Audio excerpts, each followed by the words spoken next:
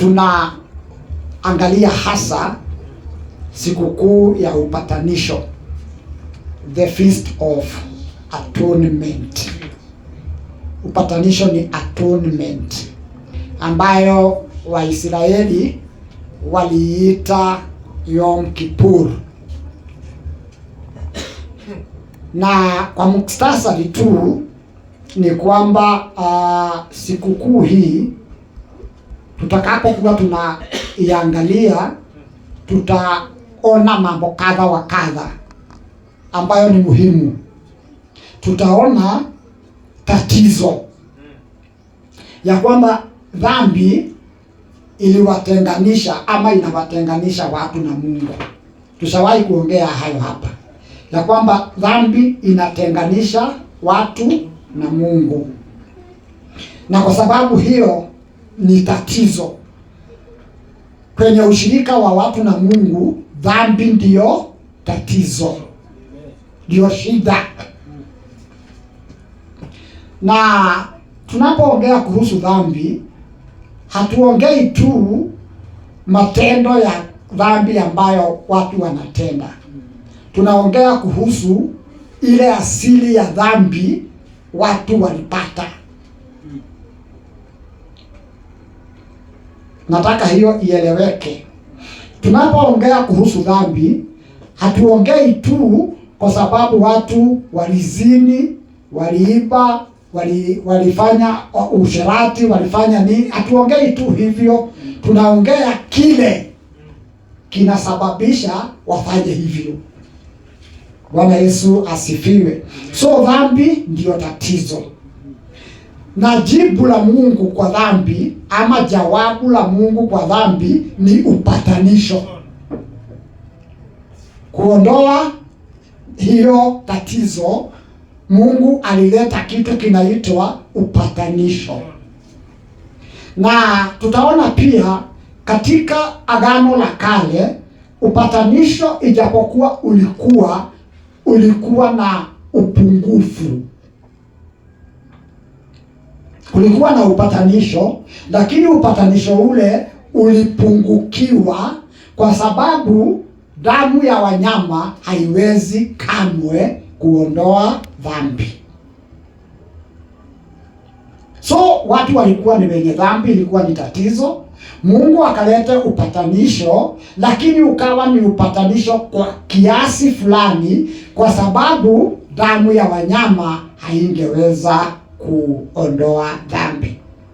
Lakini katika hitimisho tunaona ya kwamba upatanisho unakamilika katika Kristo, kwa sababu Kristo ndiye sadaka kamili na ndiye kuhani mkuu aliyekamilika.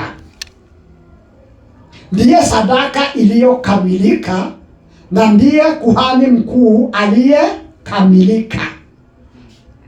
Na matokeo ya kuwa na sadaka iliyokamilika na kuhani mkuu aliyekamilika ni kwamba kupitia kwake njia imepatikana ya mtu na Mungu kupatanishwa kikamilifu. Watu wamepata njia ya kushikamanishwa tena na Mungu kupitia kwa huyu ambaye amekuwa sadaka kamili na kuhani mkuu kamili. Na ukweli wa sasa ni kwamba kanisa ndilo hekalu la Mungu. Amen. Na mtazamo wa kinabii tutaona upatanisho wa taifa la Waisraeli. Upatanisho wa kitaifa kwa watu wa Israeli. Hiyo ni kwa muktasari wa mambo ambayo tutayaona, na hatimaye tutaona ya kwamba Mungu ametengeneza njia moja ya wokovu kwa Wayahudi na watu wa mataifa. Na ningetaka niwezeshwe kuenda polepole kwa sababu nimetuma hizi notes kwenye group ya kanisa, na nitazifuatilisha vile zilivyo ili mtu akienda kuziangalia ataweza kufanya revision vizuri. So siku ya upatanisho tunaiona kwenye kitabu cha Walawi, mambo ya Walawi 23 mstari wa 26 hadi ule wa 28, ambao unasema, Bwana akanena na Musa akamwambia, tena siku ya 10 ya mwezi wa 7 itakuwa siku ya upatanisho. Itakuwa kusanyiko takatifu kwenu, nanyi mtazitesa nafsi zenu na kusongeza sadaka kwa Bwana kwa njia ya moto. Wala msifanye kazi yoyote siku ile ile, kwa kuwa ni siku ya upatanisho, kufanya upatanisho kwa ajili yenu mbele za Bwana Mungu wenu. Sikukuu hii iliadhimishwa siku ya 10 ya mwezi wa 7. Hivyo tulikuwa hata tumesema wakati tulifanya sikukuu ya baragumu. Na mwezi huo wa 7 waliuita Tishri. Na siku ya 10 ya mwezi wa 7 katika kalenda yetu ya Kirumi itakuwa ni kutoka katikati ya mwezi wa Septemba hadi katikati ya mwezi wa Oktoba. Hapo si tulisema kalenda ya Waisraeli ilitegemea mwezi. Wakati mwezi ulitoka ndio mwezi mpya ulianza.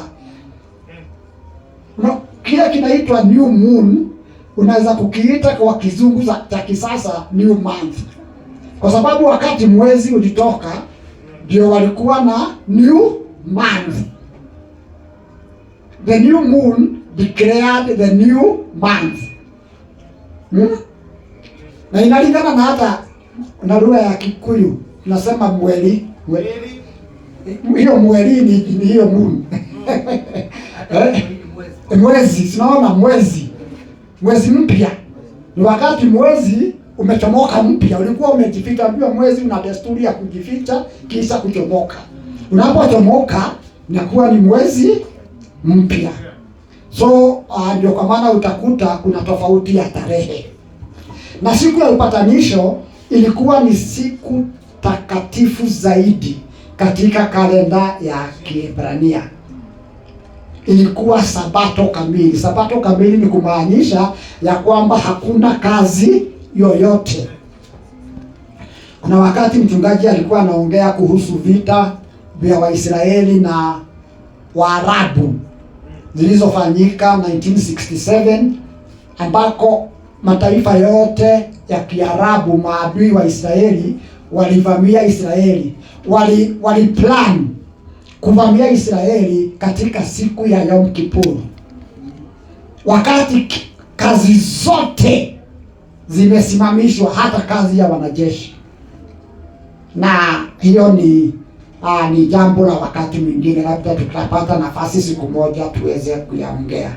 Na bado ni hivyo katika Israeli ya sasa, wanaadhimisha Yom Kippur.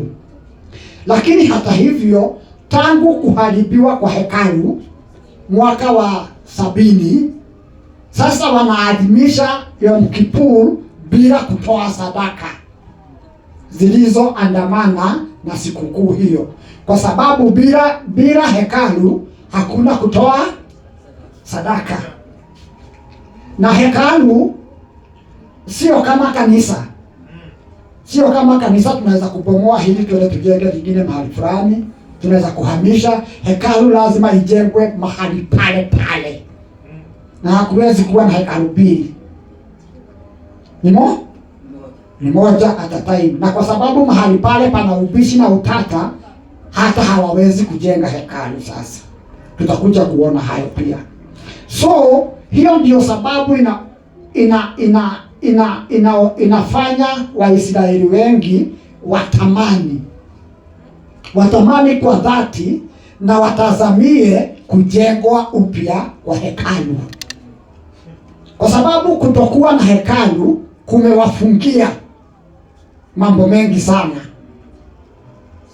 Kutakuwa na sijui kama tunakumbuka wakati ya corona, kulikuwa mikutano ya kanisa haifanyiki. Mambo mengi sana yalibadilika. Tulikuwa tunatamani hata wakati mwingine tunajaribu kukutana tu liwe liwalo. Lakini sasa wale hawawezi, kwa sababu mahali hekalu ilibomolewa na ikaharibiwa kabisa, na hawawezi kujenga ingine. Unaweza kuimagine ni shida gani wako nayo katika ibada yao. Ndio kwa maana wanatazamia kwa hamu siku ambayo hiyo hekalu itajengwa tena, na tutakuja kuona jambo hilo hapo mbele. So kwa sababu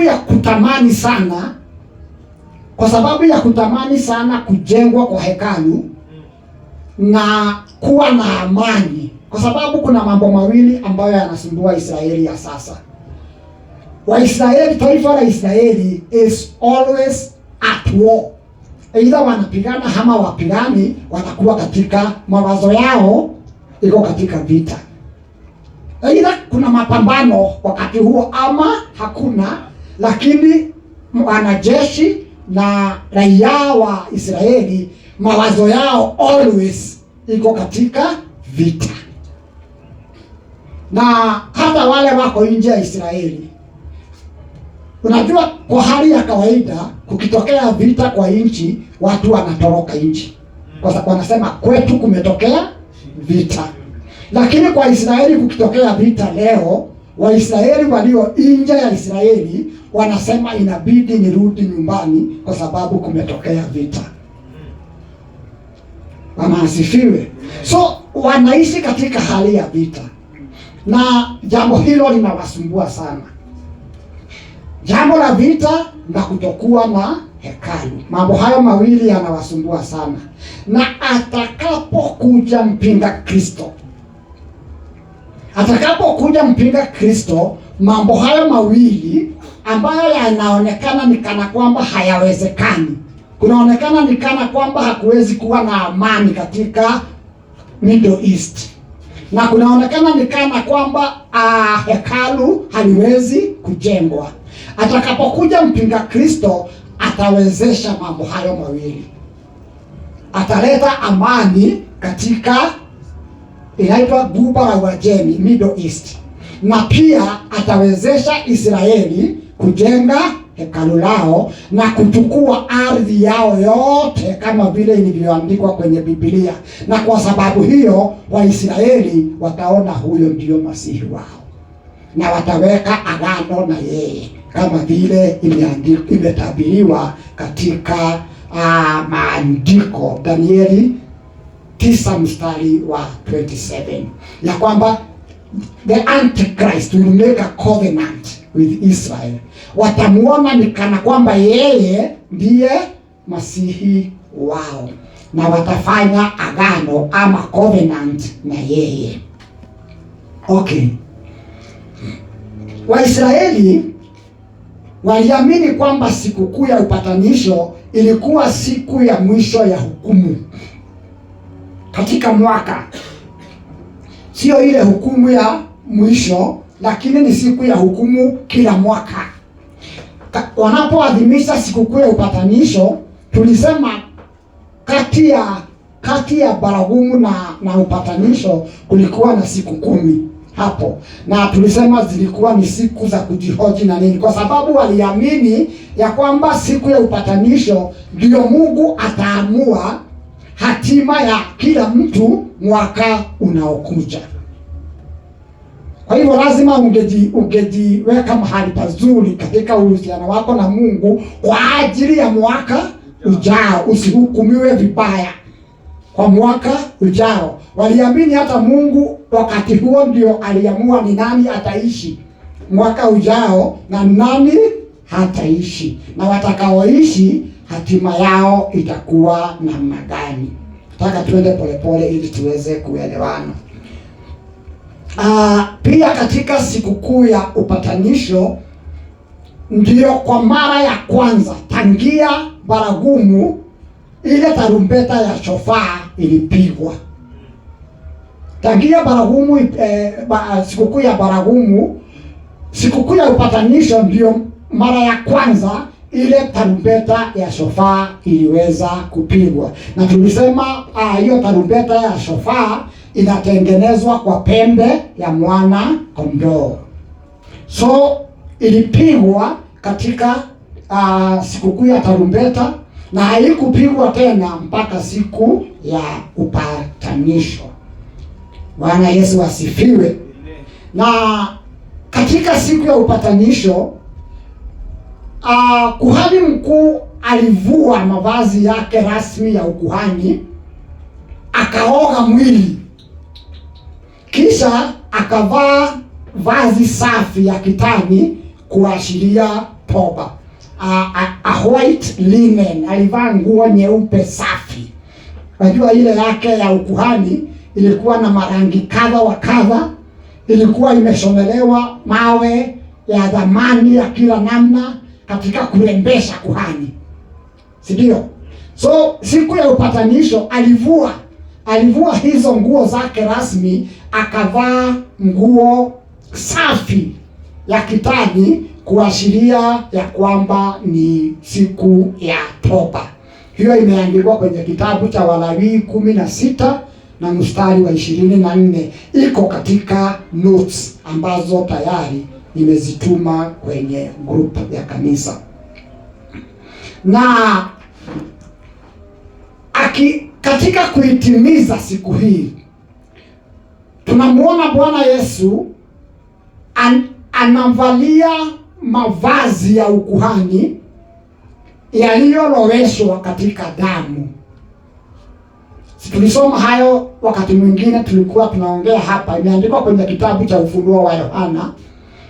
Ukiangalia sura yake ya 5 na ya 6, ukiangalia sura ya 5 na mstari wa 6 wa Ufunuo wa Yohana, wakati Yohana analia ya kwamba kumekosekana mtu wa kukifungua kile kitabu na kupasua ile mihuri, anaambiwa na mzee mmoja, usilie kwa sababu yule simba wa kabila la Yuda amehitimu, anahitimu kufungua kile kitabu na kupasua ile mihuri. Lakini anapoangalia haoni simba, anaona mwanakondoo ambaye anakaa kama aliwahi kuchinjwa, Na katika Yohana Ufunuo huo 19 mstari wa 13 inasema amevaa nguo ambayo imeloweshwa katika damu. Bwana Yesu asifiwe. So katika kuhitimisha kile ambacho kuhani mkuu alikifanya kwa kuvaa nguo nyeupe ya toba, kwa sababu ilikuwa siku ya toba kwa Waisraeli, lakini katika kuhitimisha Bwana Yesu kama kuhani mkuu anavaa nguo sio nyeupe ya toba, bali nyekundu kwa damu, kuonyesha ya kwamba upatanisho kamili umepatikana. Amen. Bwana Yesu asifiwe. Kuonyesha ya kwamba amelipia dhambi za watu kwa damu yake mwenyewe. Bwana asifiwe. Na siku hiyo kulikuwa na mbuzi wawili katika sherehe ya upatanisho. Mbuzi mmoja alichinjwa kuwa sadaka ya dhambi, na damu yake iliongezwa kwa damu iliyokuwa tayari imenyunyuziwa katika mahali patakatifu pa patakatifu. Na hiyo ilifanywa ili kuwe na upatanisho hata wa mahali hapo patakatifu. Mahali pale patakatifu palitolewa damu ya kupatanisha mahali hapo patakatifu. Hiyo inamaanisha mahali pale patakatifu paliwekwa dosari na dhambi za Waisraeli. So kulitolewa damu ya kupatanisha hata mahali pale patakatifu. Bwana Yesu asifiwe. Na yule mbuzi mwingine kuhani alimwekelea mikono. Alimwekelea mikono kwa kichwa, akatubu dhambi zote za Waisraeli, akiwa kwa njia ya ibada amewekelea mikono kwa yule mwana kondoo. Na baada ya kukiri dhambi zote za Israeli, akiwa amewekelea mikono kwa yule mwana kondoo, yule mwana kondoo alipewa mtu ambaye alichaguliwa kimbele amsindikize mpaka nje, amuachilie huko jangwani aende asirudi tena. Hiyo ni kumaanisha huyo mwana kondoo ameenda na dhambi za taifa nzima la Israeli. Bwana Yesu asifiwe sana. Na hiyo ndio ilikuwa inaitwa scapegoat. Ni mwana kondoo ambaye amebebeshwa dhambi zote za taifa la Israeli.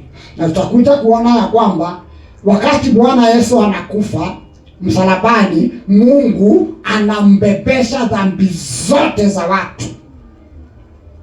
Katika Isaia, tutasoma Isaia 53, Mungu alichukua dhambi za ulimwengu wote akamwekelea yeye. Na hata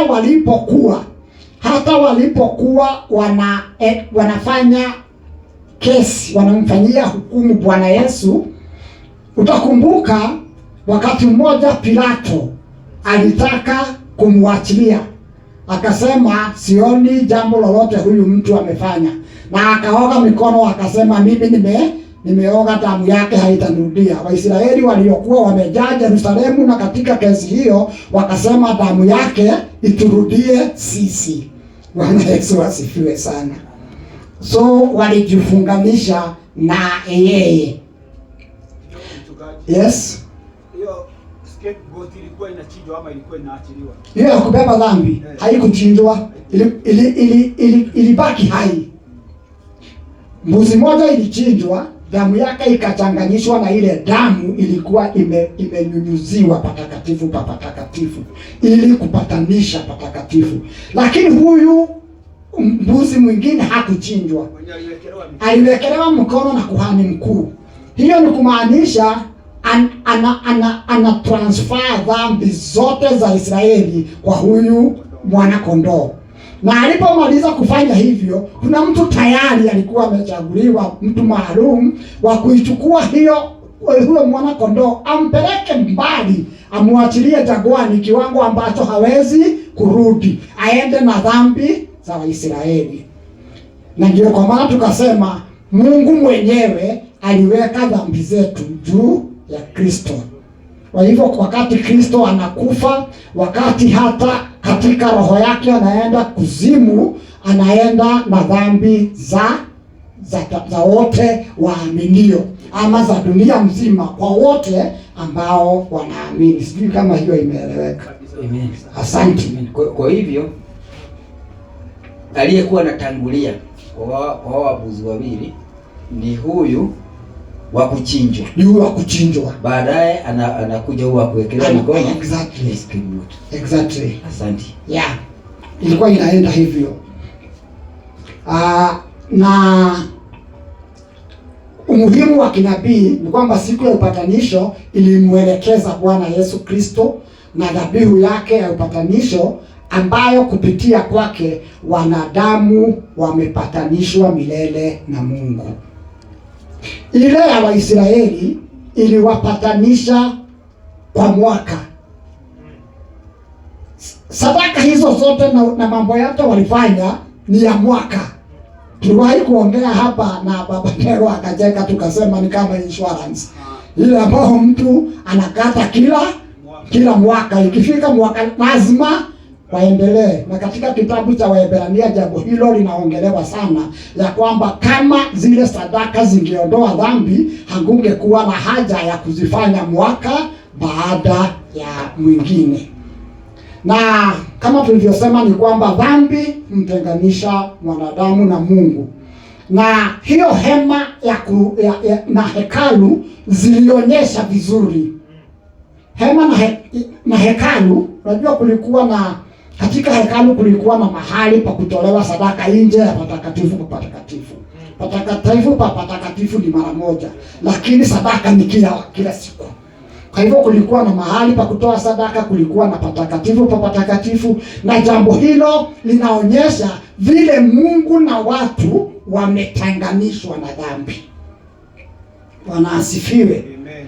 Kwa sababu katika mfumo wa zamani wa ibada ni kuhani mkuu peke yake aliyeingia patakatifu pa patakatifu, na ni mara moja kwa mwaka. Na pale patakatifu pa patakatifu ndio uwepo wa Mungu ulikuwa. So ni kuhani mkuu peke yake aliruhusiwa kwenda kwa uwepo wa Mungu mara moja kwa mwaka, na lazima ageenda na damu. Hiyo ni kumaanisha ya kwamba watu walitengwa na uwepo wa Mungu, na kile kiliwatenga ni dhambi. Kulikuwa na hiyo curtain, hiyo kitambaa, curtain, pazia ilikuwa nzito, pazia nzito, na ilitoka ceiling hadi chini, yani ilifunika kabisa uwepo wa Bwana huko pande ile na watu wako pande hii ingine. Kwa sababu ya nini? Kwa sababu ya dhambi. Dhambi ilitenganisha watu na Mungu. So kuhani mkuu alipoingia pale, ilibidi apitie kwenye hiyo pazia. Apitie kwenye pazia ambayo ilikuwa kizuizi cha watu na mahali patakatifu, ili aweze kusimama katika uwepo wa Mungu. So kulikuwa na mpaka. Na hiyo inatukumbusha pale mlima Sinai, wakati Mungu aliambia wana wa Israeli wajitayarishe, siku ya tatu atakuja. Si mnakumbuka hivyo? Wakaenda kuoga, wakavua nguo, wakafanya kila chochote. Lakini wakati Mungu alikuwa anashuka, aliambia Musa mtu asikaribie mlimani. Ndio, aliweka mpaka. Watu wako pande hii na yeye yako mlimani, akaweka mpaka. Akasema kusiwe mtu awaye yeyote atapita hapo. Hata mnyama asiruhusiwe, kwa sababu yeyote ambaye angevuka huo mpaka angekufa. So ikawa watu hawakuruhusiwa kuguza mlima. Na hivi karibuni nilisikia watu wengine wakileta mzaha kwa jambo hilo, hata wakaandika andiko hilo wakisema mlima usiguze mlima. Bwana Yesu asifiwe sana. Na haya yameandikwa kwenye kitabu cha Kutoka 19 mstari wa 12 na wa 13, na pia mwandishi wa kitabu cha Waebrania ananukuu mambo hayo katika Waebrania 12 mstari wa 20, anavyosema vile Mungu alishuka kwa njia ya kuogofya. Ikawa hata Musa mwenyewe alisema ninaogopa na kutetemeka, kwa sababu ilisemekana chochote kitakachopita huo mpaka lazima kiingeuliwa. Bwana Yesu asifiwe. Amen. Lakini jambo la kuvutia ni kwamba Yesu alipokufa, ile pazia ya hekalu ilipasuka vipande viwili tangia juu hadi chini. Hii ikionyesha kwamba njia ya kuingia katika uwepo wa Mungu ilikuwa imefunguliwa. Sio tu kwa kuhani, sio tu kwa makuhani, bali kwa watu wote. Bwana Yesu asifiwe. Amen. Hiyo inamaanisha ya kwamba Yesu katika mauti yake alivuka ule mpaka uliowekwa ya kwamba mtu asivuke mpaka huo kumkaribia Mungu. Katika mauti yake Yesu alivuka mpaka huo, na sio tu alivuka mpaka huo, bali aliuondoa kabisa, usiweko tena. Bwana Yesu asifiwe. Na maandiko yanatuambia maadamu as long as ile hekalu ya kwanza ilisimama, njia ya kwenda patakatifu pa mbinguni ilikuwa haijafunguliwa. Bwana asifiwe. Patakatifu pa mbinguni kulikuwa na limited access kwa kuhani mkuu peke yake mara moja kwa mwaka. Lakini wakati hiyo pazia na hekalu na that sanctuary ilisimama, Roho Mtakatifu alikuwa anafundisha ya kwamba njia ya kwenda patakatifu pa mbinguni bado haijafunguliwa. Bwana Yesu asifiwe. Hiyo imeandikwa Waebrania 9 mstari wa 8. Nasema Roho Mtakatifu akionyesha neno hili ya kwamba njia ya kuingia patakatifu palikuwa bado haijadhihirishwa, ili mradi hema ya kwanza ingali imesimama. Bwana Yesu asifiwe. Amen. Lakini anapopasua ile pazia, anapokata roho na pazia kupasuka, inaonyesha ya kwamba amepita huo mpaka, amefungua njia ya watu kuweza kusimama mbele ya Mungu mtakatifu. Kwa nini? Kwa sababu mauti yake ndio upatanisho ambao ni kamili wa kuwapatanisha watu na Mungu. Na kama wamepatanishwa, sasa hakuna tena mipaka. Bwana asifiwe. Hiyo imeeleweka. So Yesu anafungua njia ya kuingia patakatifu mbinguni. Waebrania 10 mstari wa 20 inasema kwa njia mpya iliyo hai aliyotuanzishia. Ningeomba tumakinike hapa kwa sababu ni muhimu. Waebrania 10 mstari wa 20 inasema kwa njia mpya iliyo hai aliyotuanzishia kupitia pazia, yaani mwili wake. Njia mpya. Ile njia ya kale ameiondoa kwa sababu ilikuwa na upungufu, na kwa mauti yake, kwa mwili wake ametufungulia njia mpya iliyo hai, kwa sababu yeye ndiye njia. Mimi ndimi njia.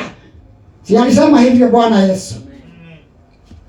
So kwa njia mpya iliyo hai alituanzishia kupitia pazia, yaani mwili wake.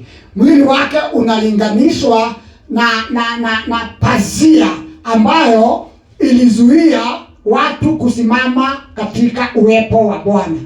Ni katika mauti yake hiyo pazia inaondoka.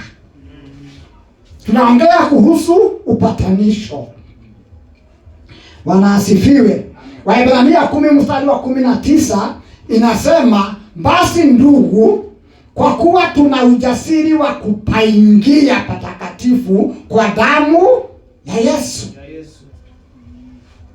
Sasa kwa njia mpya aliyotuanzishia, sasa tuna ujasiri wa kuingia pale patakatifu kwa damu yake. Unajua yule kuhani mkuu Israeli, na tumewahi kuongea hayo hapa, hata wakati amebeba damu, anajitayarisha kuingia pale patakatifu pa patakatifu. Unajua damu iliwekwa kwa bakuli. So alienda akaingiza mikono yake kwa pazia ili damu itangulie. Hangetoa pazia uso wake uonekane kama damu haijaonekana kwanza. Damu ndio ionekane kwanza, ndio yeye aonyeshe uso wake mbele za Bwana. So tunaambiwa sasa tuna ujasiri wa kuingia pale patakatifu kwa damu yake. Tunapoingia pale patakatifu, tunaingia kwa ruhusa na access ambayo tunaipata kwa damu yake. Amen. Bwana Yesu asifiwe sana. Amen. Tuna ujasiri wa kupaingia. Waefeso 3:12 inasema ambaye katika yeye tuna ujasiri na kuifikiria kwa matumaini kwa njia ya imani yake. Kwa imani ya Kristo tuna ujasiri wa kuingia mahali pale patakatifu. Na Waebrania 4:16 inasema basi na tukikaribie kiti cha neema kwa ujasiri. Bwana Yesu asifiwe. Amen. Tukikaribia kiti cha neema kwa ujasiri.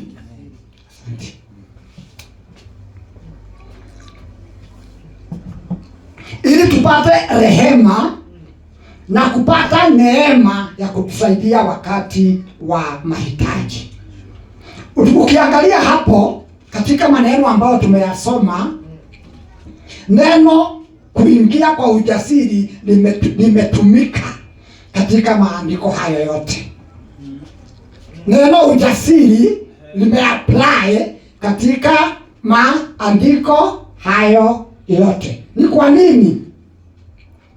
Ni kwa sababu ukuhani wa Agano la Kale kwao kuingia mahali pale patakatifu pa patakatifu, it was a matter of life and death.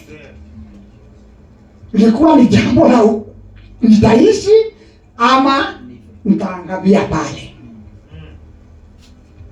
Daima kulikuwa na uwezekano wa kifo cha ghafla. Kama mtu angeingia pale, Mungu ampate na makosa na dosari yoyote, ama ile process ya kutoa sadaka iwe haijakamilika vizuri, huyo mtu kuhani mkuu angekufa ghafla. Angekufa ghafla. Na kwa sababu hiyo walifungwa, tumesema hapa mara nyingi, walifungwa kamba ama mnyororo ili kwa mguu, ili akifa kule ndani avutwe. Kwa sababu brother Dhuo, ukiambiwa kuhani wako mkuu ama mchungaji wako ameingia pale akakufia huko ndani, akauawa na Mungu huko ndani, huwezi kusema utaenda kuchukua mwili wake huko. Hakuna mtu atakubali kwenda kuingia kutoa mwili wake. So lazima afungiwe kamba, akikufa avutwe.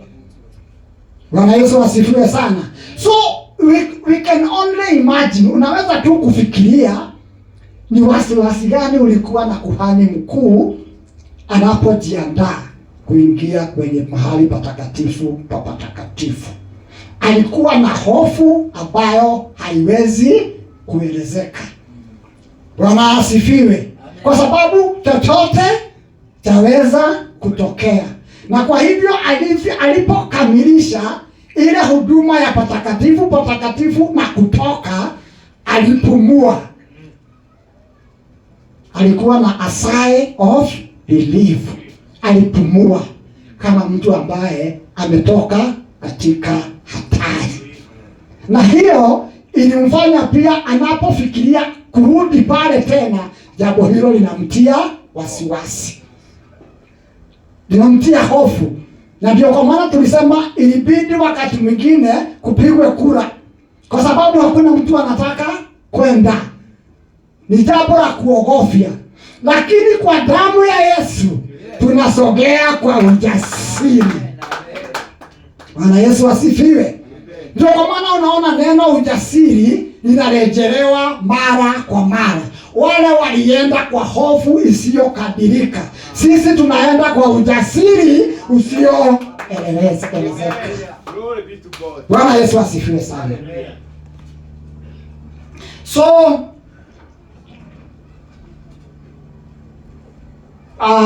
ni kutokana na mazingira hayo ndio tunaambiwa tukikaribia kiti cha Mungu cha enzi kwa ujasiri. Na tunafanya hivyo tukiwa na ufahamu kwamba tumekwisha kuhesabiwa haki. We have been acquitted. Bwana asifiwe. Amen. Hatuna makosa yoyote mbele za Mungu, na si kwa sababu hatukufanya makosa, ni kwa sababu tumekuwa justified. Tuna ufahamu huo, na wale hawana ufahamu huo wanasogeaga mbele za Mungu wakiwa na hofu. Ndio utakuta mtu brother Kintu anaomba, anasema, Mungu, ninakuja kwako, ninajua mimi ni bure, mimi ni kama mnyokoro, sijui mimi ni mnyokoro ni ile worm, I'm just a worm, sijui anajidescribe mbele ya Mungu.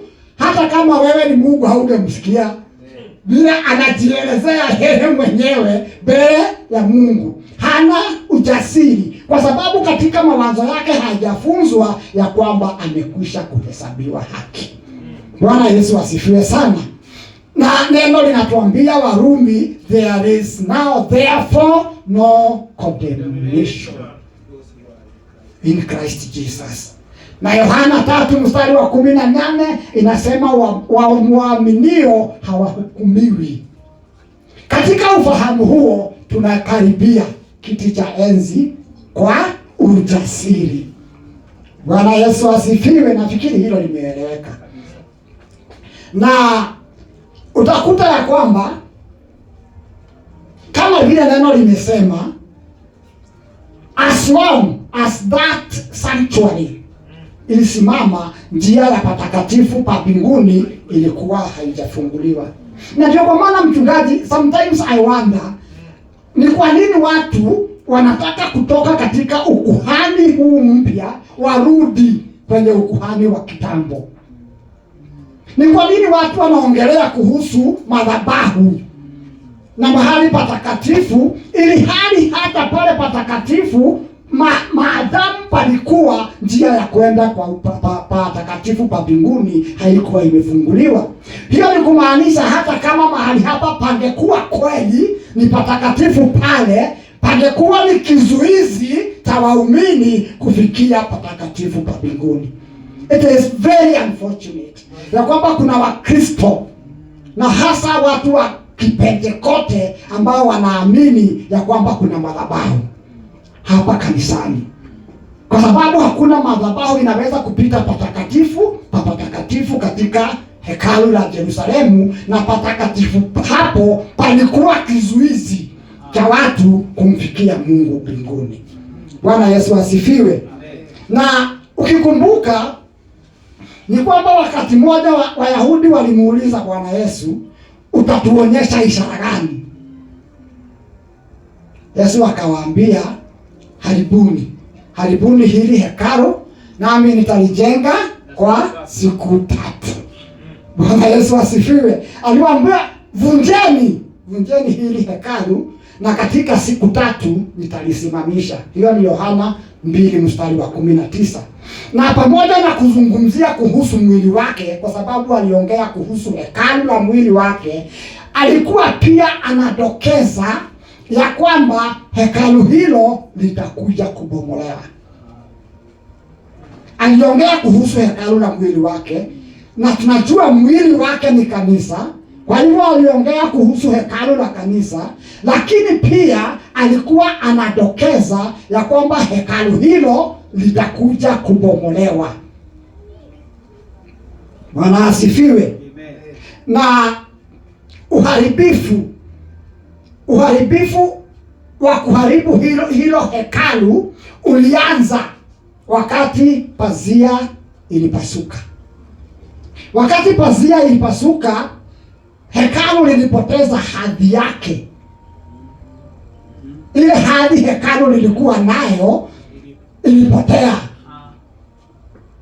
Spiritually it was destroyed. Lakini mwaka wa 70 physically ilibomolewa yote kabisa, kama vile Bwana alikuwa amesema, hakuna jiwe liliwachwa juu ya lingine. Alisema hivyo Mathayo 22:4, Matthew 24:1 and 2. Wakati wanafunzi wake walimuonyesha mjengo wa hekalu, kwa sababu ulikuwa magnificent, ulikuwa mjengo wa ajabu, aliwaambia hakuna jiwe litabaki juu ya lingine. Na mwaka wa 70 jemedari mmoja kutoka wa Kirumi, jina lake aliitwa Tito, alibomoa hekalu la Yerusalemu. Na kwa vile hilo hekalu lilikuwa limerembeshwa na dhahabu hata katikati ya mawe na kila kitu, inasemekana katika historia walibomoa na kuchoma ili waweze kujitwalia ile dhahabu, kuyeyusha ile dhahabu waweze kuibeba. It was destroyed completely. Kuharibu kwa ile hekalu kulianza kiroho na kupasuka kwa pazia, lakini kwa physically it was also brought down completely in the year 70 AD. Bwana Yesu asifiwe. Amen. Na hekalu lilipaswa kuondolewa ili kuhitimisha or to bring to an end the system ya worship ya Agano la Kale. Tumetangulia kwa kusema ijapokuwa Waisraeli wanaadhimisha siku ya upatanisho, wanafanya hivyo bila kutoa sadaka ambazo zilihitajika kwa sababu hakuna hekalu. Wakati hekalu linaondolewa, inamaanisha muundo wa maabudu wa Agano la Kale umefika mwisho, kwa sababu ibada ya Agano la Kale it rotated and revolved around the temple. Temple ndio kilele cha ibada ya Agano la Kale. Kwa hivyo inapoondolewa temple, inamaanisha ibada ya Agano la Kale imefika mwisho. Bwana asifiwe. Na inapofika mwisho, basi inatengeneza nafasi ama inatoa nafasi ili kuwe na system mpya ya maabudu na kuwe na hekalu nyingine. Bwana asifiwe. Kuwe na hekalu nyingine na kuwe na njia nyingine ya kuingia patakatifu pa mbinguni kwa imani ya Bwana Yesu. Hema ya kale imeondolewa. Sasa tuna njia mpya iliyo hai ya kumsongea Mungu. Amen. Bwana asifiwe sana. Ile njia ya kwanza imeisha. Unajua kuna vile njia unaweza kufuata njia nyingine, uende uifuate alafu all of a sudden ifike mwisho. Ujikute sasa huna mahali pa kwenda. Ukifika mwisho sasa itabidi utafute njia nyingine. Sasa ile njia ya ibada ya Agano la Kale imefika mwisho wakati hekalu imeondolewa. Bwana Yesu asifiwe. Na hakuwezi kuwa na hekalu mbili duniani kwa wakati mmoja. Hakuwezi kuwa na hekalu mbili za Mungu duniani kwa wakati mmoja. Na naona hapo katika maandiko yangu kuna mahali panahitaji kutengenezwa spelling. So one temple had to be done away with. Ilibidi temple moja iondolewe ili kuwe na temple nyingine. Ile temple ya kwanza ilikuwa temple ya kawaida, imejengwa na mawe ya kawaida na dhahabu na nini. Ilikuwa a physical temple, na hiyo physical temple lazima iondolewe ili kuwe na spiritual temple, kwa sababu ni from the physical to the spiritual. Bwana Yesu asifiwe. Amen. Na ni kwa sababu hiyo mimi ninaamini ya kwamba kujengwa kwa hekalu na Waisraeli ambao Waisraeli wanatarajia kuijenga, kujengwa kwa hekalu hilo inaitwa the third temple. Mimi naamini hakutafanyika kama bado kanisa liko duniani, na kama litajengwa halitapata ile hadhi ya hekalu kamili, ili mradi kanisa liko duniani. Kama vile lile hekalu la kawaida liliondolewa kwa kuja kwa Yesu mara ya kwanza, ili kuwe na hekalu la kanisa, basi kanisa litaondolewa pia ili Wayahudi wajenge hekalu lao, kwa sababu lile litakuwa kwa Wayahudi pekee yao. Wale wanaobishana na ujenzi wa hekalu la tatu wanasema haiwezekani kwa sababu ibada ile iliisha. Lakini kwa Wayahudi ambao hawajampokea Bwana Yesu, mambo hayo hayajaisha na watajenga, kwa sababu bado hawajatambua Kristo kama Masiya wao. Bwana Yesu asifiwe sana. Na huo ni mtazamo wangu, naweza kuwa nimekosea, lakini huo ndio mtazamo wangu, ya kwamba hekalu hilo halitajengwa ili hali kanisa liko na by the way everything is ready kujenga hiyo hekalu. Wanasifiwe. Kila kitu kiko tayari, hata yule ng'ombe mwekundu anaitwa the red heifer tayari wameweka kadhaa, na makuhani wamekuwa trained, wamekuwa identified and trained, kwa sababu kwa Waisraeli wanaweza kutambua ukoo kwa majina. Ukisema unaitwa hivi, wanajua wewe ni wa ukoo gani na ni murago gani. So wame-identify watu watakaokuwa makuhani, wamepeleka training, wameangalia kile chochote kinahitajika kutoa sadaka ili kutakasa hekalu na inaugurate, na mambo hayo yote yako tayari. So wapendwa, siku imesonga sana, hatujui ni wakati wowote wataweza kuanza kujenga hekalu lao, na kama nilivyosema, ninaamini halitajengwa ama kupata hadhi ya hekalu kama bado hekalu la kanisa liko hapa duniani. One must give way to the other. Bwana Yesu asifiwe sana. So kanisa ndiyo hekalu. Kwa sasa kanisa ndiyo hekalu, na kanisa si mjengo. Kanisa si mjengo, kanisa ni watu. Kwa sasa kanisa ndio mjengo wa Mungu, ndio hekalu jipya la Mungu lililojengwa na Mungu kwa mawe yaliyo hai. Waefeso 2:21 and 22, katika yeye jengo lote linaunganishwa vema na kukua hata liwe hekalu takatifu katika Bwana. Katika yeye nyinyi nanyi mnajengwa pamoja kuwa masikani ya Mungu katika Roho. Masikani ni makazi ama makao ya Mungu. Tunajengwa kuwa hekalu.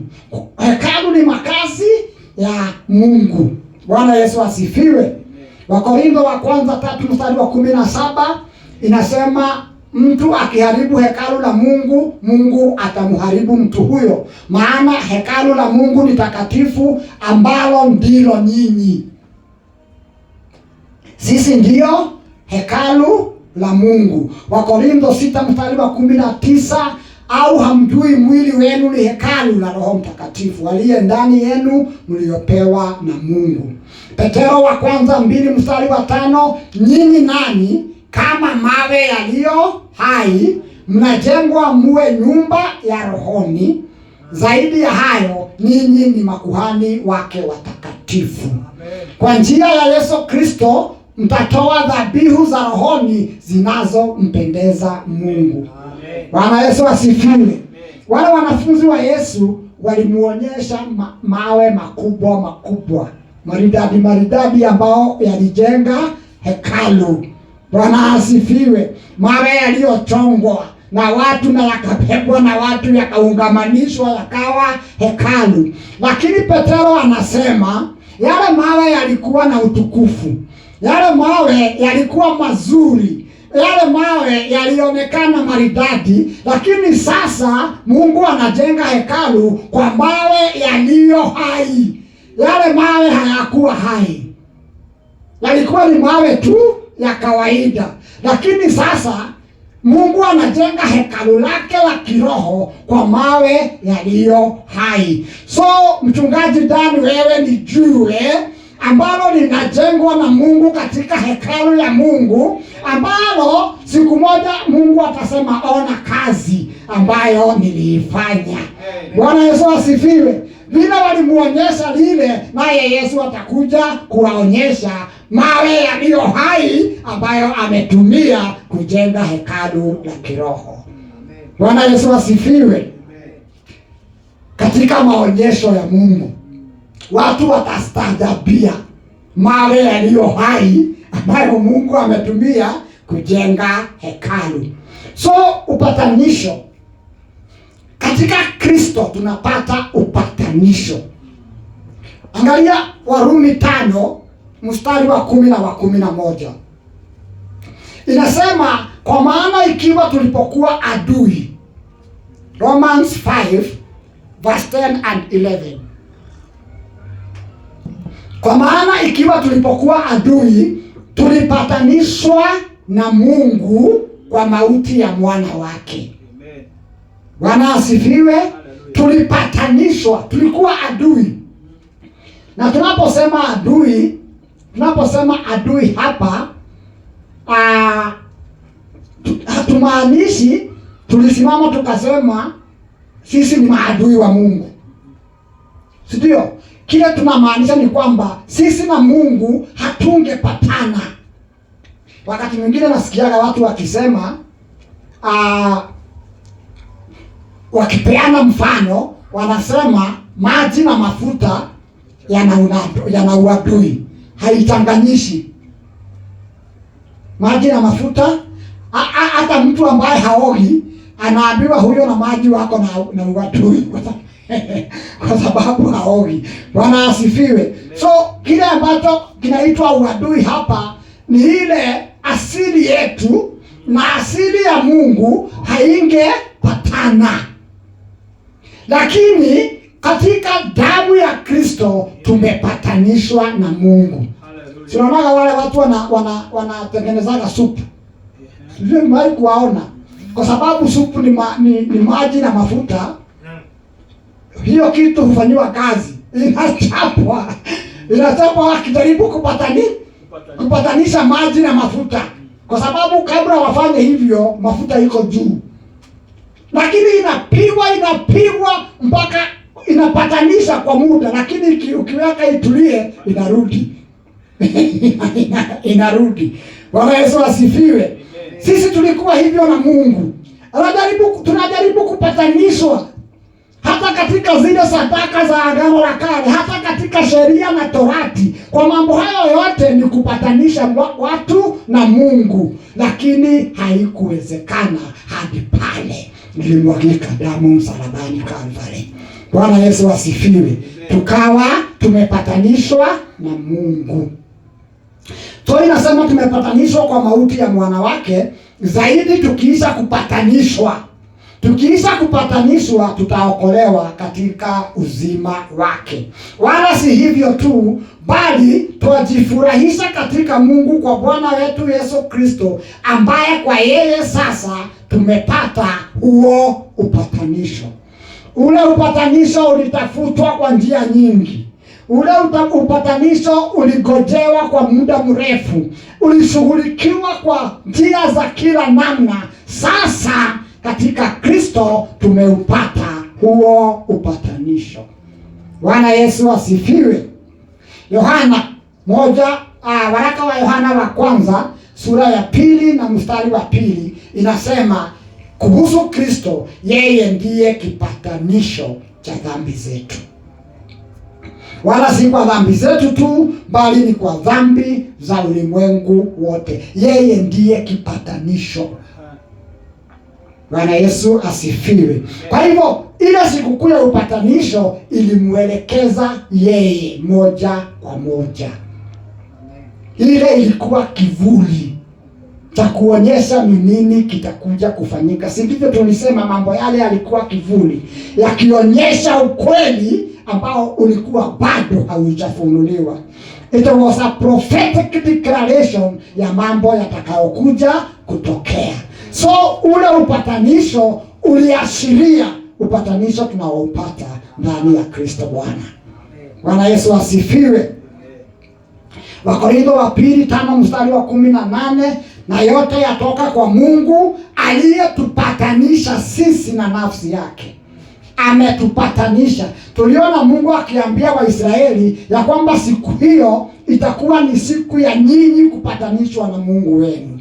Si ndio? Hapa tunaambiwa yote yatoka kwa Mungu aliyetupatanisha sisi na nafsi yake kwa Kristo, naye ametupa huduma hiyo ya upatanisho. Baada ya kupatanishwa, na sisi tusaidie kuwaleta wengine katika upatanisho huo. Bwana Yesu asifiwe. Wakolosai 1:20 na 21, na kwa yeye kuvipatanisha vitu vyote na nafsi yake, akisha kufanya amani kwa damu ya msalaba wake. Kwa yeye naam, vitu vyote vilivyo nchini na vilivyo mbinguni. Nani pia mliokuwa hapo kwanza mumetengwa na yeye. Nyinyi mlikuwa mumetengwa na yeye. Unajua huwezi kupatanisha watu wawili ambao hawana shida. Hauwezi kuita mkutano wa amani kwa watu wawili ambao hakuna shida katikati yao. Watu wanapatanishwa wale ambao kuna shida katikati yao. Bwana Yesu asifiwe sana. So inasema nyinyi ambao mlitengwa na Mungu sasa mumepatanishwa na yeye. Bwana asifiwe. Sasa mumepatanishwa na yeye. Waefeso 2:13, lakini sasa katika Kristo nyinyi mlikuwa mbali, hapo kwanza mumeletwa karibu. Ile ukuta ilitutenganisha na Mungu, Kristo ameipenya, ameiondoa. Sasa tumepatanishwa na Mungu kwa imani na damu ya Kristo. Waefeso 2:16, akawapatanisha wote wawili na Mungu.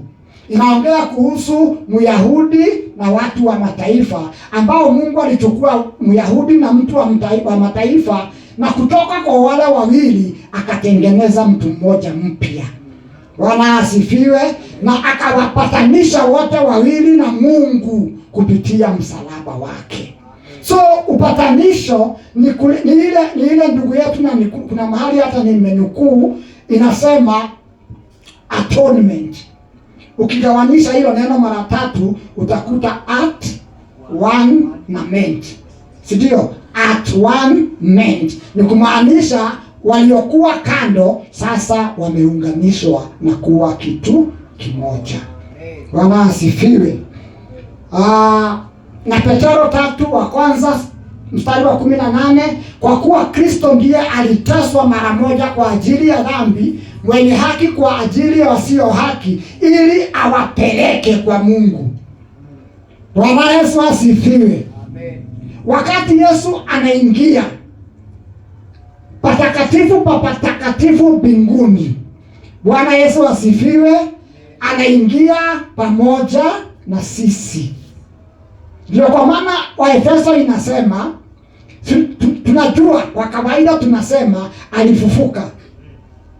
Na alipofufuka, hata wale sijui kama Mama Kihara anaweza kukumbuka, ile tulikuwa tunakariri imani ya mitume. Ninaamini Mungu sijui nini na mwanae na alizaliwa na Bikira Maria, alikufa, akafufuka, akaketishwa kwenye, sijui tulikuwa tunakiri mambo hayo. So tunajua alifufuka, na alipofufuka akapandishwa kwenye mkono wa kuume mbinguni, akakaa katika ulimwengu wa kiroho. Lakini Paulo anasema Waefeso 2, wakati tulipokuwa tumekufa tulihuishwa pamoja na yeye, tukafufuliwa pamoja na yeye, na tukaketishwa pamoja na yeye katika ulimwengu wa roho. Alipoingia, alipoivunja ile pazia, alipoondoa ule mpaka, hakuingia tu peke yake, aliingia pamoja na sisi. Bwana asifiwe sana. Na sasa tunaweza kusongea mbele ya kiti cha Mungu kwa ujasiri, kwa sababu tayari tumeshapenya ile pazia na tuko hapo. Bwana Yesu asifiwe sana. Tushapenya ile pazia. So hebu turudi kidogo kwa wale makuhani. Yule kuhani ambaye ameshikilia moyo akiwa patakatifu kwa uoga, na anapotoka anapumua kwa sababu ameponea. Hata yeye mwenyewe ukimwambia arudi hataki kurudi. Hata yeye mwenyewe ukimwambia kuna kitu kimekuwa hakijakamilika rudi, hataki kurudi. Lakini wakati Bwana Yesu anaingia na kupasua ile pazia na kuondoa kile kiambazi, haingii tu peke yake, lakini anapinduka kwa wale walio wake na anawaambia, sasa mnaweza kusogea kwa ujasiri. Bwana Yesu asifiwe. You can see the difference. Kuhani mkuu alitosheka ya kwamba yeye amefaulu katika ile huduma ya patakatifu kwa sababu ameponea, hakufa. Lakini huduma ya Kristo ya ukombozi si yeye tu aingie, bali ni yeye aingie na walio wake. Bwana Yesu asifiwe. So there is a big difference. Huu ndio upatanisho wa hakika ambao amepatanisha sisi na Mungu. Na neno linasema Kristo naye akisha kutolewa kwa mara moja azichukue dhambi za watu wengi, ataonekana mara ya pili pasipo dhambi kwa hao wamtazamio kwa wokovu. Tunapoondolewa dhambi katika Kristo, mambo ya dhambi yamekwisha. Hata kuja kushughulikia dhambi tena. Hata shughulikia dhambi tena. Ameshashughulikia dhambi mara moja na ya kutosha. Ndio kwa maana Waebrania 10 na mstari wa 14 inasema kwa dhabihu kwa one sacrifice, kwa dhabihu moja amewakamilisha milele wanaotakaswa. Amen. Bwana Yesu asifiwe. Amen. So ni upatanisho, ni kurejesha amani, ni kurudisha ushirika uliovunjika. Dhambi humtenganisha mwanadamu na Mungu, humkatilia mbali mwanadamu kwa Mungu. Ili kuwe na upatanisho, yani ili watu na Mungu kuwa mmoja tena, adhabu ya dhambi lazima ilipwe. Bwana asifiwe.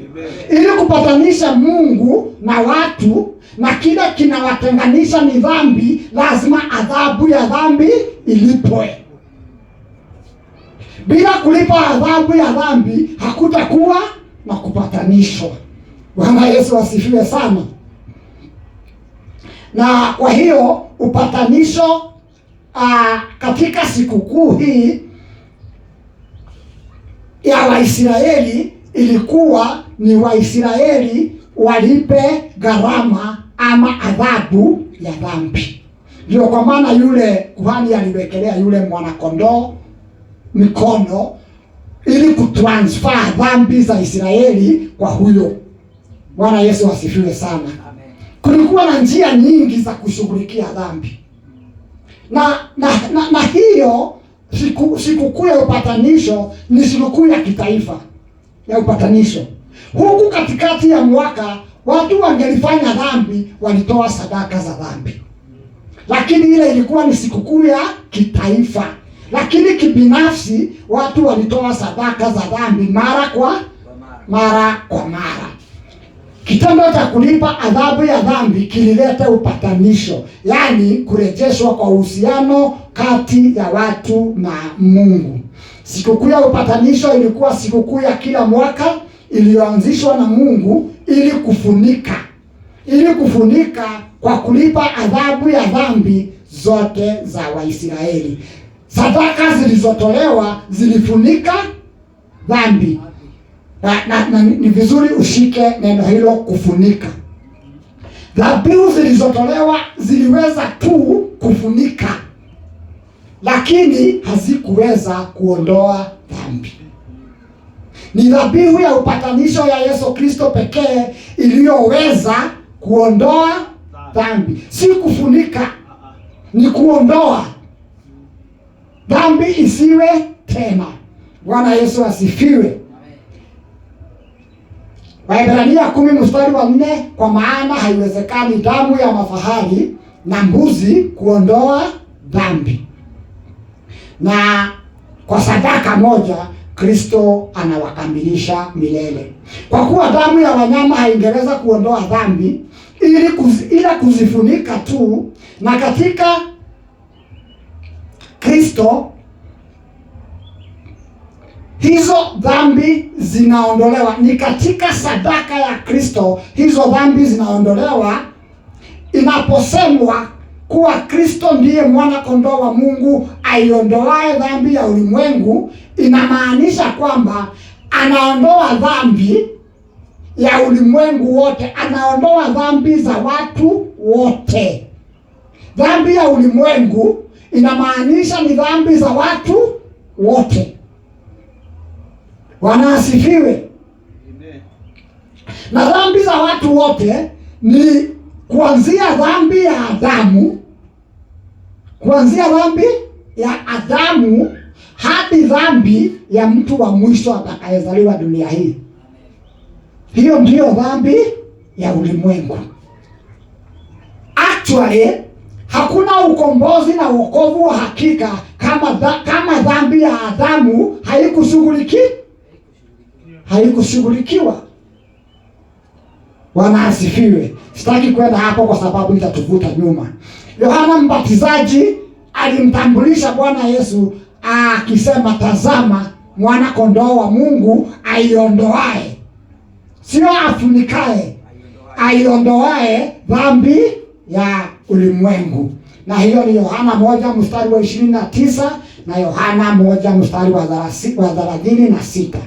Dhabihu ya upatanisho ya Kristo ililipa kikamilifu adhabu ya dhambi ambayo mwanadamu alipaswa alipe, ili kuwe na upatanisho kati yake na Mungu. Bwana asifiwe. Ili upatanisho kati ya Mungu na mtu ipatikane, ilibidi mtu mwenyewe alipe gharama ya dhambi. Bwana Yesu asifiwe. Lakini katika upatanisho ulio ndani ya Kristo, Mungu mwenyewe ndio analipa gharama ya dhambi, ndio analipa adhabu ya dhambi. Kwa njia gani? Kwa kumleta Kristo kama mtu. Bwana Yesu asifiwe. Kwa kumleta Kristo kama mtu, ili anapokufa msalabani afe kwa niaba ya watu, ili katika Kristo mtu awe amelipa gharama ya dhambi, lakini ni mtu ambaye amepeanwa na Mungu kwa madhumuni hayo. Bwana Yesu asifiwe. Sio mtu tu wa kawaida, ni mtu ambaye amelipa gharama, lakini ni Mungu amemtuma mwanae ili ashughulikie dhambi. Pale kale wao ndio walishughulikia dhambi. Pale kale wao ndio walilipa adhabu ya dhambi. Lakini katika Kristo Mungu ndiye anatulipia adhabu ya dhambi zetu. Katika Isaia 53, hiyo ni ile popular, amechukua masikitiko yetu, amejitwika huzuni zetu. Isaia 53:4-6. Alijeruhiwa kwa makosa yetu, alichumbuliwa kwa maovu yetu, na adhabu ya amani yetu ilikuwa juu yake, na kwa kupigwa kwake sisi tumeponea. Bwana Yesu asifiwe sana. Alishughulikia shida yetu, alilipa gharama ya dhambi zetu. Na kile kichapo tulihitaji tuchapwe ili kuwe na amani kati yetu na Mungu, alichapwa kwa niaba yetu. Bwana Yesu asifiwe. Sina time ya kuhadithia kichapo kiletacho amani, Lakini nimewahi kuongea hapa nikasema vile mamangu alikuwa mkali sana, na akikuachia majukumu ukose kufanya, akikuja unatoroka, kwa sababu unajua kichapo ni kikali. Unaenda kujificha kule nje, kwa sababu unajua mahali mtapatana na yeye mambo itakuwa mabaya. So unakaa pale, usiku unaingia. Sasa mama anaona mtoto hawezi kukaa nje usiku, anatumana, anasema ngoja mumbembeleze, mumwambie hata sina ubaya, akuje na nini Sasa ukiingia pale unachapwa kile kichapo ambacho ulikuwa unatorokea. Lakini ukishachapwa kile kichapo, utapewa chakula na mtaanza kucheka yale mambo yaliyofanyika. Hicho kichapo ndio kilihitajika ili kuwe na amani kati yangu na yeye. Kuna kichapo kilihitajika tuchapwe ili kuwe na amani kati yetu na Mungu. Na hicho kichapo Kristo amechapwa kwa niaba yetu. Sasa kuna amani, tumepatanishwa na Mungu kwa kichapo alichochapwa Bwana Yesu. Bwana Yesu asifiwe sana. Na tumekwisha kuona ya kwamba utimilifu wa sikukuu ya baragumu ambao tulifanya juma lililopita ni kwamba kanisa linanyakuliwa kwenda kukutana na Bwana hewani katika sikukuu ya baragumu. Kanisa limechukuliwa kwenda kukutana na Bwana hewani, na wakati kanisa linachukuliwa, tulisema hiyo inaleta utimilifu wa nyakati za mataifa. Tulisema hivyo. Wakati kanisa linanyakuliwa, inaleta mwisho wa nyakati za mataifa, ama kile kinaitwa enzi ya kanisa, the church age. So sikukuu hii kwa njia ya kinabii, tunaposhughulikia sikukuu ya upatanisho, tunaongea kuhusu taifa la Israeli. Tunaongea kuhusu taifa la Israeli kwa sababu tayari katika sikukuu ya baragumu kanisa limeondolewa. So sasa kuanzia hapo kanisa haliko tena duniani, litarudi pamoja na Bwana Yesu. Sasa hapa tuko, kanisa liko katika karamu ya harusi ya mwana kondoo kule hewani. Mambo yanayofanyika katika upatanisho huu wa kinabii sasa ni mtazamo wa taifa la Israeli. Bwana Yesu asifiwe. Na kunyakuliwa kwa kanisa kutafungua kama vile tulivyosema lile juma la 70.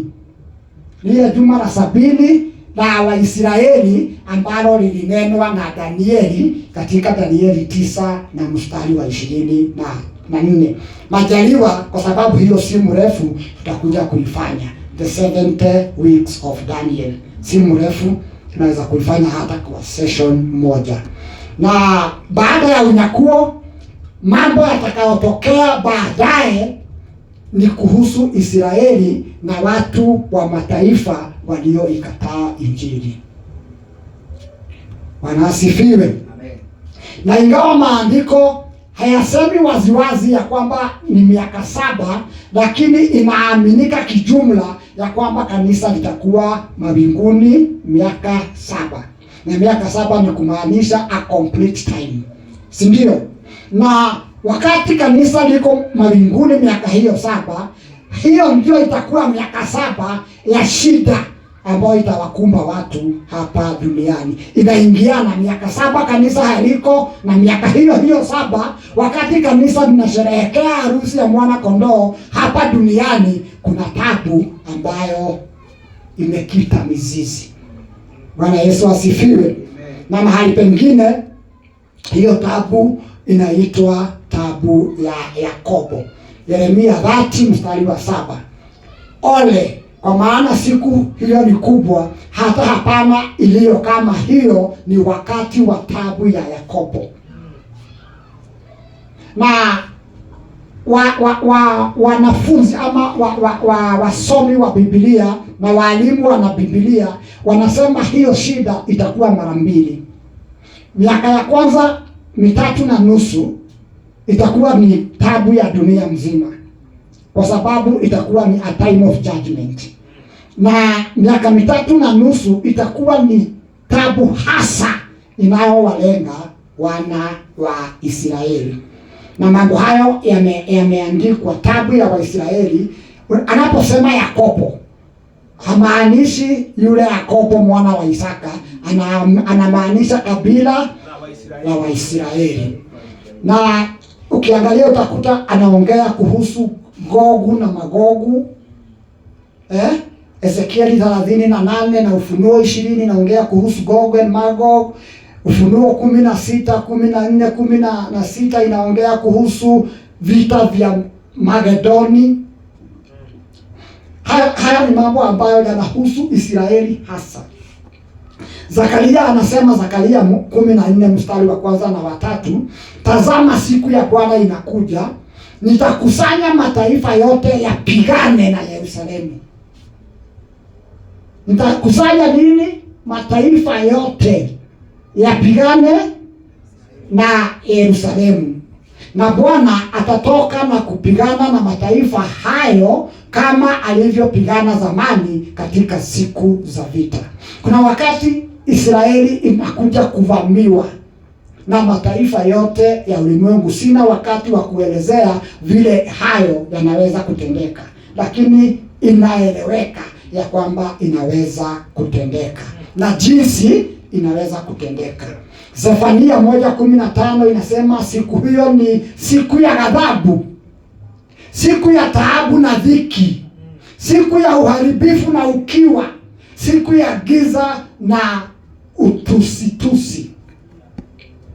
Ezekiel 7 mstari wa 5 hadi wa 7, Bwana Mungu asema hivi, ubaya mmoja, naam ubaya wa pekee, tazama umekuja, mwisho umekuja, mwisho umekuja, wakati umekuja, siku imekaribia. Hosea 5:15 inasema, nitakwenda na kurudi mahali pangu, hata watakapokubali kosa lao na kutafuta uso wangu. Katika taabu yao watanitafuta kwa bidii.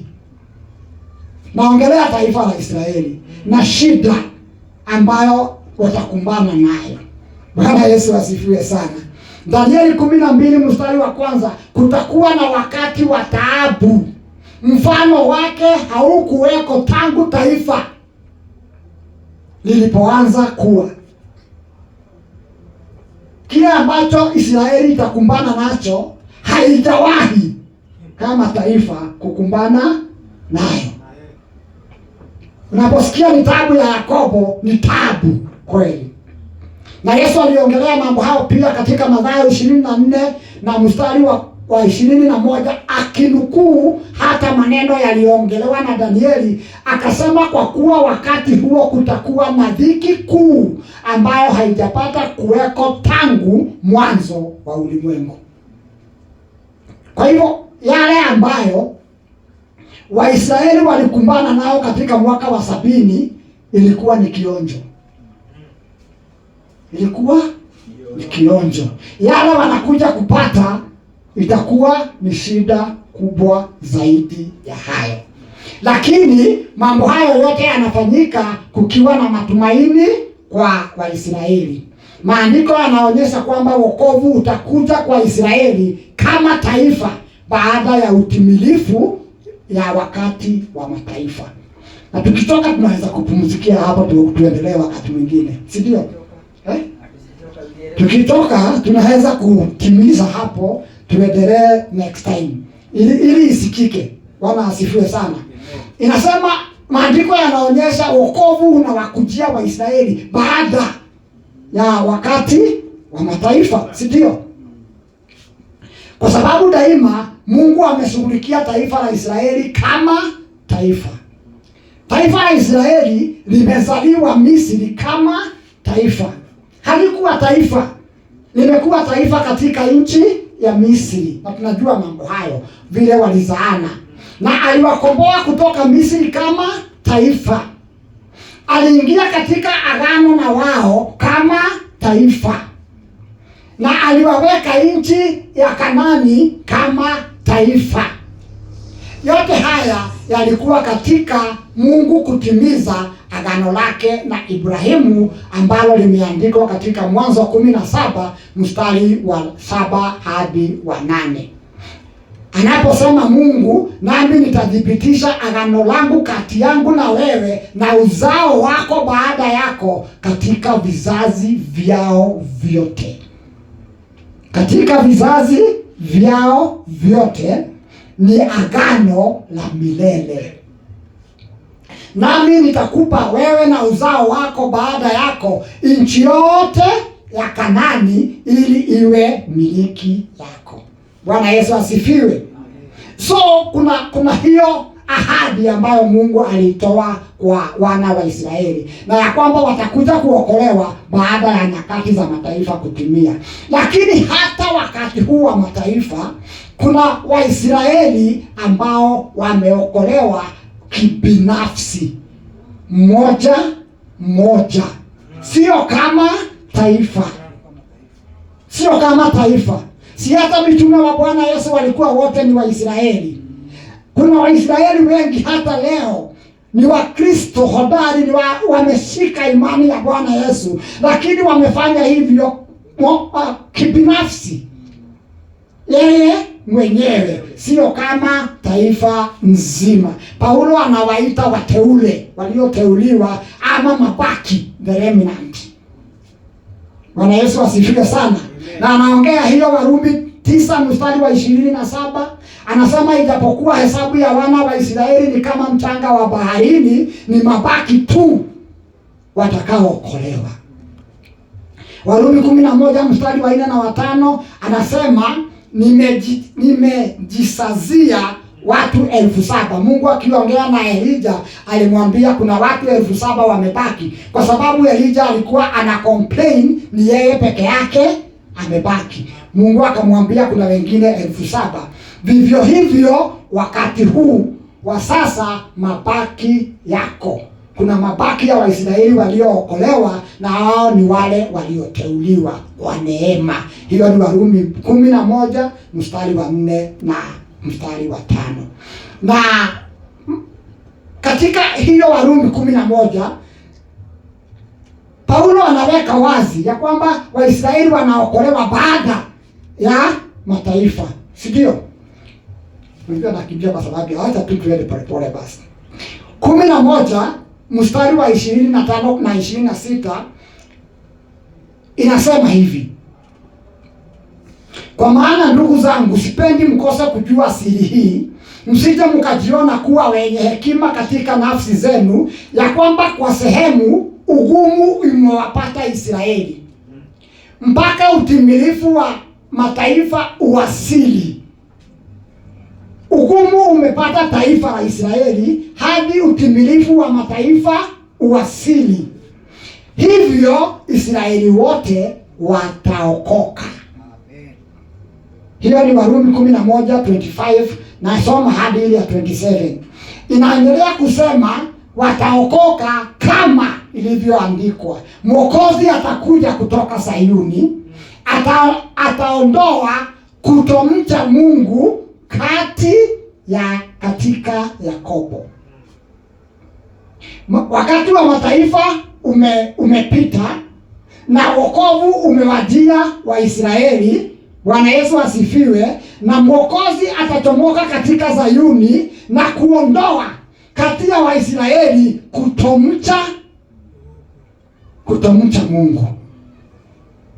Ataondoa kutoka kwao kutomcha Mungu, lakini ni baada ya watu wa mataifa kuingia. Anaposema ataondoa kutomcha Mungu katika Yakobo, anaongelea kuhusu upatanisho. Atawapatanisha na Mungu, na hilo ndilo agano langu nao, anaendelea mtume, nitakapo waondolea dhambi zao. Bwana asifiwe. Ameanza kwa kusema wamepumbazwa kwa sasa hadi mataifa, ukamilifu wa mataifa uingie. Ukishaingia, Mungu ataondoa uasi kwa Waisraeli atakapo wasamehe dhambi zao. anaongelea kuhusu utakaso utakaofanyika baada ya wakati wa mataifa umepita. Bwana Yesu asifiwe sana. Nitakapo waondolea dhambi zao. Huo ni upatanisho. Na tulisoma kuhusu nyakati za mataifa, Bwana Yesu akiongea Luka 21 mstari wa 24 aliongea kuhusu nyakati za mataifa. Amen. Na anaposema Mwokozi atatoka Zayuni, ni mlima wa Mzeituni ule ulioko mashariki mwa Yerusalemu. Bwana Yesu asifiwe. Ni mahali muhimu sana katika mpango wa Mungu, Zayuni.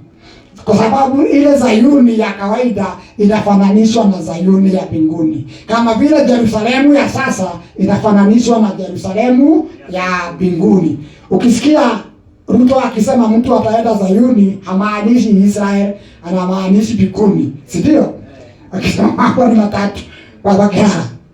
Akisema mambo ni matatu, mtu sijui afanye ama aende Zayuni, hamaanishi atapewa visa ya kwenda Israel. Anamaanisha atampeleka Zayuni, atampeleka mbinguni. Na ukumbuke pale kwenye mlima wa Mzeituni ndipo Kristo alikanyanga mara ya mwisho hapa duniani. Anasifiwe. Alipokutana na wanafunzi wake katika mlima wa Mzeituni, hapo ndipo aliwapatia baraka ya mwisho na advice na commandments. Kisha kutoka mlima wa Mzeituni katika hiyo Zayuni akanyakuliwa na wingu. Bwana asifiwe. Na kutokea malaika wawili wakasema, nyinyi wacheni kustaajabu, hivyo ameenda ndivyo atarudi. Na nabii anasema atakapokuja Mwokozi atasimama kwenye mlima wa Mzeituni ili kuwaondolea Waisraeli dhambi zao. Bwana Yesu asifiwe sana. Amen. Haya mambo ni mambo matamu. Na hiyo imeandikwa kwenye kitabu cha Matendo sura ya kwanza na mstari wa 9 hadi ule wa 13. Taifa la Israeli litatambua masihi wake wakati huo.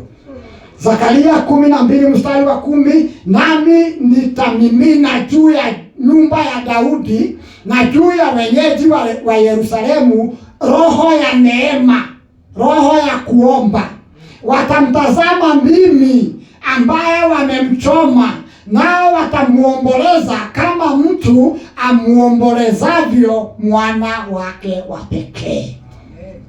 Watakuja kumtambua. Bwana Yesu asifiwe. Watakuja kumtambua kama masihi wao. Anasema nabii Zakaria, katika wakati huo taifa lote litatambua kwamba Yesu wa Nazareti ndiye masihi waliyemkataa. Ndiye masihi wao waliomngojea kwa muda mrefu, na alipokuja wakamkataa. Ufahamu huo utawazukia wakati huo. Yule waliyemkataa, yule waliyemsulubisha, yule waliyemdharau atakuwa kumbe ndiye Mwokozi wao. Amen. Bwana Yesu asifiwe sana. Amen. Na Isaya 45 mstari wa 17 inasema, lakini Israeli wataokolewa na Bwana kwa wokovu wa milele. Zekaria 9 mstari wa 19, na Bwana Mungu atawaokoa siku hiyo kama kundi la watu wake. Hosea 1:7 inasema, lakini nitawahurumia nyumba ya Yuda, nami nitawaokoa kwa Bwana Mungu wao. Kuna shida kubwa ambao Waisraeli watapitia na watakuwa wamekata tamaa. Kutafika wakati hata dunia mzima iseme mwisho wa Israeli umefika, na hao wenyewe waone mwisho wao umefika. Lakini kama ilivyofanyika siku moja pale katika bahari ya Shamu, wakati wote waliona mwisho wao umefika. Bwana Yesu asifiwe. It was their most desperate situation pale katika bahari ya Shamu hakukuwa na any imaginable way of salvation. That will repeat itself for Israel when all the armies of the world will go to attack Israel. It will be a most desperate situation for them. Many will flee the land. Women will be raped. There will be so much destruction. They will be almost hopeless. But such a time as that, the Savior will land in Mount Zion and bring them salvation. Bwana Yesu asifiwe. And they will realize that this is our Messiah. Kwa sababu yule mpinga Kristo ambao waliingia na yeye katika agano, kwa sababu aliwasaidia kuleta amani na kujenga hekalu na kunyakua ardhi, atakuwa amewageuka, kwa sababu atakuwa ameingia kwenye hilo hekalu na kudai aabudiwe kama Mungu, na Waisraeli hawawezi kuabudu Mungu. Watajua kumbe si yeye. Bwana Yesu asifiwe. Atakapokuja yule wa kuwaokoa kutokana na shida ambao hawajawahi kupata, watakapopata wameokolewa, watajua huyu ndiye Masihi wetu. Bwana Yesu asifiwe sana. Amen.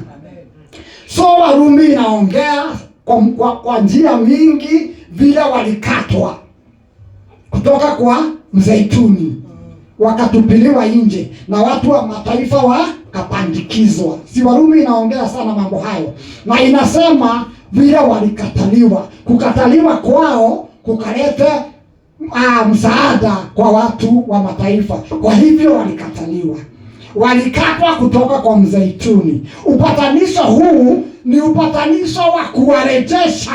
Bwana Yesu asifiwe. Mahali walikatwa warejeshwe. Na Paulo anasema kama sisi tulikuwa mzeituni mwitu, tukapandikizwa kwenye mzeituni wa shamba kinyume na asili.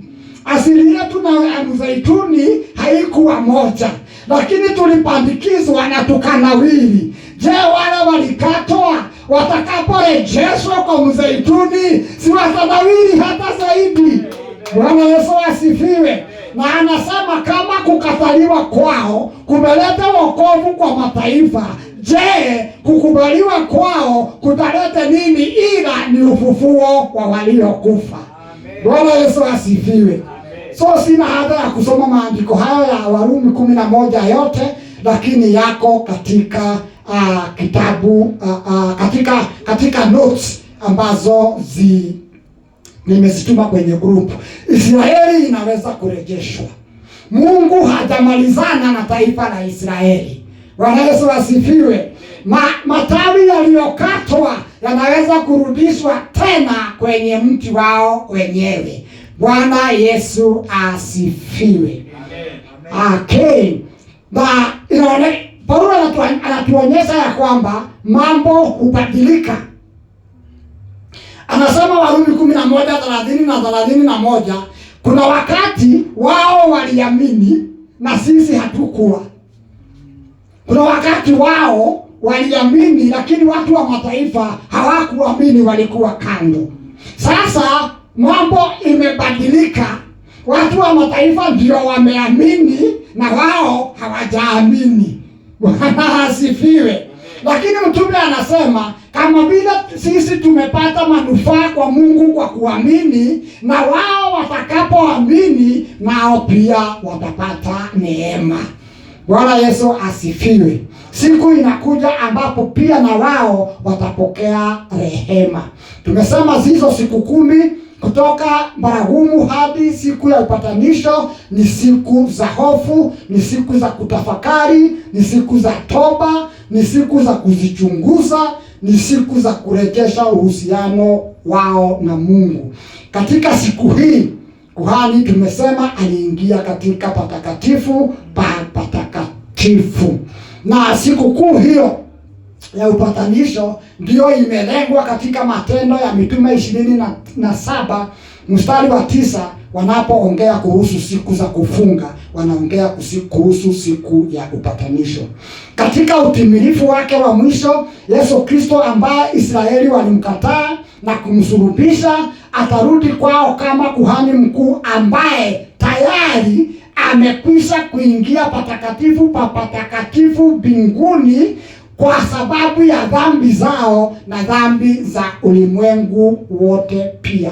Sasa kitakachohitajika kwa Waisraeli ni kumwamini. Ni kumwamini yeye. Watakapomwamini yeye watapata manufaa. Na tofauti na kuja kwake kwa kwanza, wakati huu taifa litampokea kama masihi wao waliyemsubiri kwa muda mrefu. Ndani yake watapata ukombozi wa milele. Amen. Wanaasifiwe. Amen. Na ni muhimu kutambua kwamba katika kalenda ya Kiebrania sikukuu ya upatanisho ilifuata sikukuu ya baragumu ambayo ilikuwa kivuli cha kunyakuliwa kwa kanisa. Kwa hiyo upatanisho huu tunaouongea unahusu taifa la Israeli. Sitaki kusoma mambo mengi hapa, nataka niaruke. Niende wapi ndio tuweze kumalizia. Nimesema kuhusu mambo ya wakati ya dhiki kuu, nimeelezea vile taifa la Israeli litapitia katika dhiki kuu. Lakini kuna jambo hapo nilikuwa nataka kuliongelea. Maandiko yanazungumza kuhusu watu ambao wataosha mavazi yao katika damu ya mwana kondoo wakati wa dhiki kuu. Wanaasifiwe. Amen. Wakati wa dhiki kuu. Na watu hawa ndio mahali pengine wanaitwa the tribulation saints, watakatifu ambao wamepitia dhiki kuu. Na baadhi ya watu huwa wanafundisha ya kwamba watu hao watanunua wokovu wao kwa damu yao. Sijui kama umewahi kusikia watu wakisema hivyo. Ati wateule watakaopitia dhiki kuu watajiokoa kwa damu yao. Umewahi kusikia kitu kama hiyo kinasemwa? Mara nyingi hiyo si kweli. Hiyo si kweli.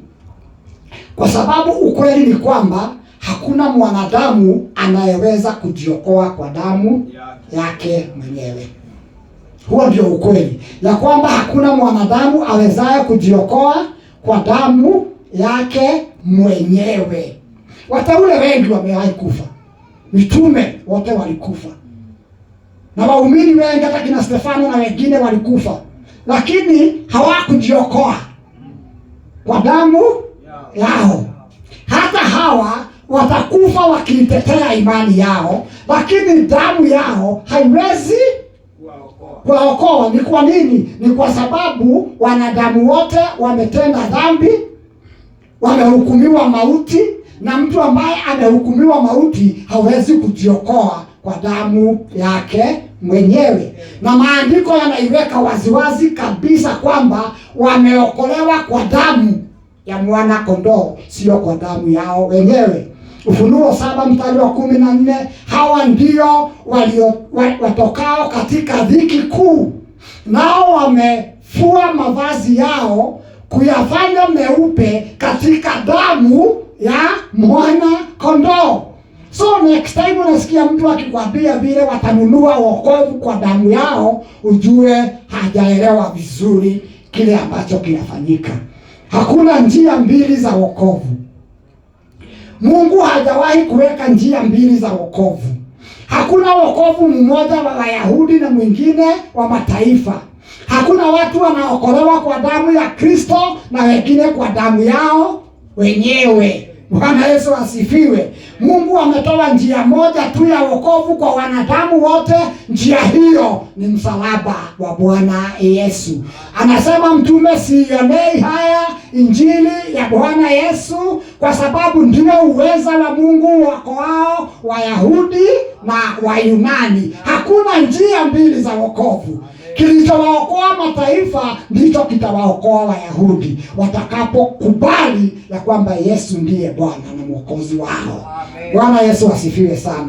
Watamtambua, watampokea, watamwamini, watamkubali kama Masihi wao na Mwokozi wao. Watakapofanya hivyo, dhambi zao zitakuwa zimefanyiwa upatanisho kikamilifu. Watapatanishwa na Mungu, watapandikizwa tena katika mahali walikatwa. Bwana Yesu asifiwe. Matawi yaliyokatwa yatarejeshwa mahali walipokatwa. Bwana asifiwe sana. Kwa kurejeshwa kikamilifu kwa taifa la Israeli, jukwaa litakuwa limeandaliwa kwa ajili ya ufalme wa miaka 1000. Mungu atakaa pamoja na watu wake kwa ukamilifu. Sikukuu ya vibanda, the tabernacles, ndio itakayotuhitimishia mfululizo huu wa sikukuu 7 za Israeli, kuonyesha jinsi zote zilivyohusiana na Kristo na kutimizwa ndani yake. Bwana Yesu asifiwe sana.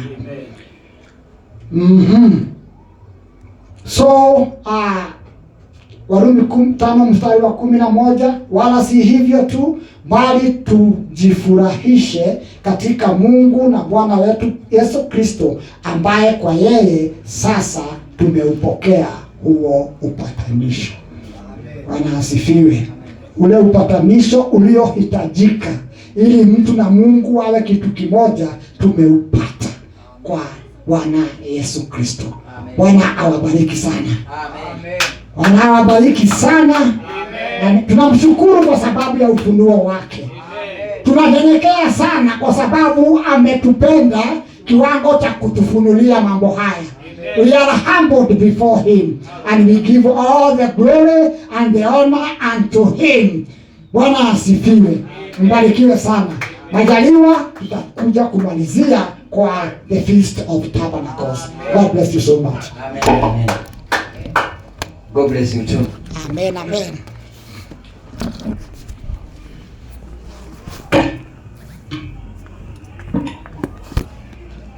Amen. Imekuwa ni ibada nzuri na mafundisho ambayo ni mazuri. Pastor Dan.